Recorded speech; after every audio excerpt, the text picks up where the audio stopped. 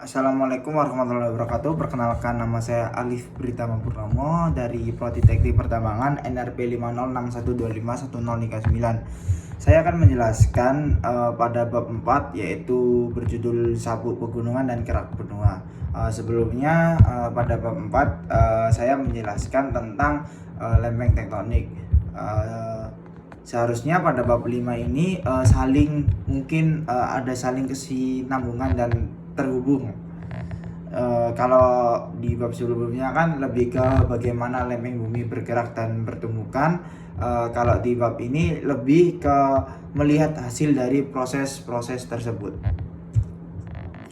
Nah, kita akan masuk pada sabuk pegunungan. Nah, sabuk pegunungan ini tidak hanya menjadi pemandangan yang sangat megah di permukaan bumi, tapi juga menjadi bukti penting bagi sejarah geologi di permukaan bumi dan evolusi planet kita. Melalui apa? Melalui struktur, jenis batuan, lapisan di pegunungan dan lain sebagainya. Nah, para ahli ini selalu terus menelusuri bagaimana proses pembentukan bumi pada jutaan tahun miliar yang lalu. Nah, lalu di berikutnya, bagaimana sih ciri-ciri pegunungan itu aktif? Nah, ciri-ciri pegunungan aktif itu adalah ketika adanya aktivitas vulkanik dan seismik di gunung. Jadi bahasa simpelnya tuh gunung berapi itu masih aktif dan meletus lah, karena zona subduksinya itu masih aktif. Misalnya pada bangunan Aceh, kalau di Indonesia mungkin seperti Merapi dan lain sebagainya lah. Lalu lapisan batuan yang terlipat dan terangkat. Lalu lagi kehadiran batuan metaform dan intrusi magma, lalu topografi yang curam dan tidak stabil. Itu merupakan contoh nyata pegunungan aktif. Lalu yang selanjutnya adalah pola lipatan dan sesar. Nah, salah satu bukti yang paling jelas bahwa dari pembentukan pegunungan itu tidak hanya dari lipatan dan sesarnya pada lapisan batuan. Jadi pada pembentukan pegunungan ini sebenarnya jelasnya itu lihat dari adanya lipatan dan sesar. Nah, lipatan ini terjadi ketika lapisan batuan mengalami tekanan kompresi yang melengkung. Nah, bentuk lipatan ini biasanya bisa berupa antiklin dan siklin. Nah, antiklin itu naik, berarti dia itu seperti huruf M gini, dan siklin itu turun dan seperti huruf U.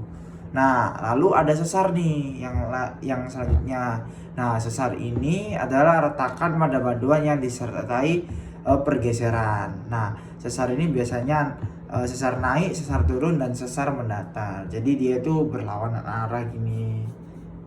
Nah, dan dia ada kayak retakan di tengahnya itu, di antara lempengnya. Nah, kondisi lipatan dan sesar ini membentuk sabuk lipatan dorong seperti yang terjadi pada guguran Alpen. Nah, ketebalan karakteristik lapisan di sabuk pegunungan, ketebalan kerak mencapai 60-70 km karena hasil dari penumpukan dan pelipatan lapisan batuan. Nah, lapisan di sabuk pegunungan umumnya terdiri dari batuan sedimen, batuan metaform, dan batuan beku. Nah, lalu ada orogeni dan konferensi lempeng.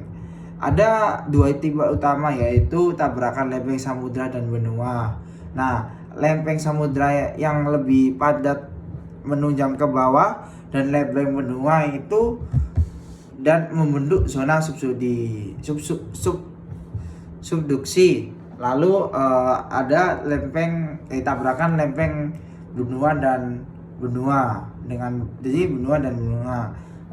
karena keduanya sama-sama ringan, tidak ada yang menunjam. Lapisan batuan justru terlipat dan terangkat membentuk pegunungan besar. Contohnya pada pegunungan Himalaya. Nah, evolusi sabuk pegunungan. Nah, pegunungan bukan proses singkat, tapi melalui tahapan panjang yang disebut evolusi orogenik. Nah, tahapan pegunungan adalah orogenik aktif, tahapan pengangkatan deformatif, tahapan erosi restorasi, dan tahap stabil. Lalu kesimpulan yang saya dapat adalah bahwa sabuk pegunungan dan kerak bumi merupakan hasil dari aktivitas nyata, dari aktivitas lempeng tektonik khususnya melalui proses orogeni, lipatan, sesar, metafall, dan erosi dan lain sebagainya. Nah, daerah pegunungan yang dulunya aktif dapat berubah menjadi keraton yang stabil seiring berjalannya waktu. Mungkin sekian penjelasan saya pada bab 5. Wassalamualaikum warahmatullahi wabarakatuh. Terima kasih.